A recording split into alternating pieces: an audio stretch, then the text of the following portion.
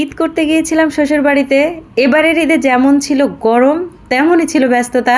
ঈদের কোনো ব্লগই আপনাদের সাথে শেয়ার করতে পারিনি, তাই চলে আসলাম আজকে ঈদ ব্লগ নিয়ে। তো হ্যালো এভরিওয়ান, আসসালামু আলাইকুম, কেমন আছেন সবাই? তো সকাল সকাল ঘুম থেকে উঠেই বরকে রেডি করে দিলাম, 7টায় জামাত। বর নামাজের জন্য রেডি হয়ে গেছে, আর ও নামাজ পড়ে আসার পরেই মেয়েদের জামাত ছিল। আমরা কিন্তু সবাই মিলে নামাজ পড়ে এসেছি মসজিদে। তো ড্রেস চেঞ্জ করে এখন চলে যাচ্ছি কুরবানির গরু দেখতে। তো কুরবানি করা হয়ে গেছে আমাদের আমবাগানে, প্রতি বছরের মতোই সবাই মিলে কুরবানির ঈদে গরু জবাই করে। আর ওখানে প্রায় 15-20টার মতো গরু জবাই হয় একসাথে। গরুর কাজ কিছুটা হওয়ার পরপরই কিন্তু আমাদের রান্নার জন্য মাংস কিছুটা বের করে দেওয়া হয়েছে। তো এখানে প্রায় 10 কেজির মতো মাংস আমরা নিয়ে এসেছি, আর এগুলাই প্রথমে আমরা রান্নাবান্না শুরু করে দিয়েছি। আর বাকি কাজগুলো কিন্তু আমবাগানেই চলছে, পরে বাসায় নিয়ে আসবে ভাগ করে দেওয়ার পরে। তো আমরা প্রথমেই মাংসটা রান্না করে নিব, কারণ আমার শ্বশুরমশাই জোহরের নামাজ পড়েই দুপুরের খাবার খান। তো আপনারা যারা আমার আগের ভিডিওগুলো দেখেছেন সবাই কিন্তু জানেন, যার কারণে তাড়াতাড়ি করে মাংসগুলো কেটে ধুয়ে রান্না করে নিচ্ছি। তো কুরবানির মাংস যেমন তেমন করে রান্না করলে কিন্তু খুবই মজার হয়। আর আজকে আমরা মাটির চুলায় রান্না করব।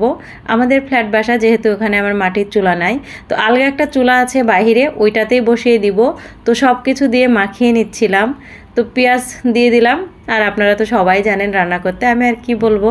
তো হলুদের গুঁড়া, মরিচের গুঁড়া, ধনিয়া গুঁড়া, জিরার গুঁড়া সব কিছু দিয়ে, এলাচ, দারচিনি, তেল, লবণ সব কিছু দিয়ে খুব ভালোভাবে কষলে কষলে মাখিয়ে নেব। তো কোরবানির মাংস যেমন করে রান্না করি খুবই মজার হয়। আর বাড়িতে গেলে কিন্তু রান্নার দায়িত্বটা আমার উপরেই পড়ে, যার কারণে মাংসটা কিন্তু আমিই বসিয়ে দিচ্ছিলাম। তো এখন আমি হাতে মাখিয়ে গরুর মাংসটা বসাবো। তো আপনাদের কার কার পছন্দ হাতে মাখিয়ে গরুর মাংস, অবশ্যই কিন্তু কমেন্টে জানাবেন। তো আমরা শুধুমাত্র টাটকা ফ্রেশ মাংস হলেই এভাবে হাতে মাখিয়ে রান্না করি। হাতে মাখানো যে কোনো তরকারি আপনি হাতে সুন্দর করে মাখিয়ে, হাফ রান্নাটা কিন্তু হাতেই মাখানোতে হয়ে যায়, এমনভাবে মাখাতে হবে। তো এটা মাখিয়ে কিছুক্ষণ রেখে দিলে আরও ভালো হয়। তো মাংস আমরা বাইরে চুলায় বসিয়ে দিয়েছি, আর ততক্ষণে কিন্তু আমার গরুর মাংস চলে এসেছে। আমরা নিজেরাই একটা গরু দিয়েছি, আর যার কারণে কাজের লোক তেমন নাই। এদিকে আমি চুলায় মাংস বসিয়ে দিয়েছি, আর এই তো মাংসগুলো এখন আমরা ভাগ করে সবগুলা বাসায় নিয়ে চলে এসেছি। এখন এগুলা ফ্রিজে উঠাবো, আর সবগুলা একত্রে করতে হবে। আর বিভিন্ন জায়গার মাংস আলাদা আলাদাভাবে আমাদের এইভাবেই করে নিয়ে এসেছে। বাগানেই কিন্তু আমাদের মাংসগুলা ভাগ করে সমাজের লোকের হাতে দিয়ে দিতে হয়।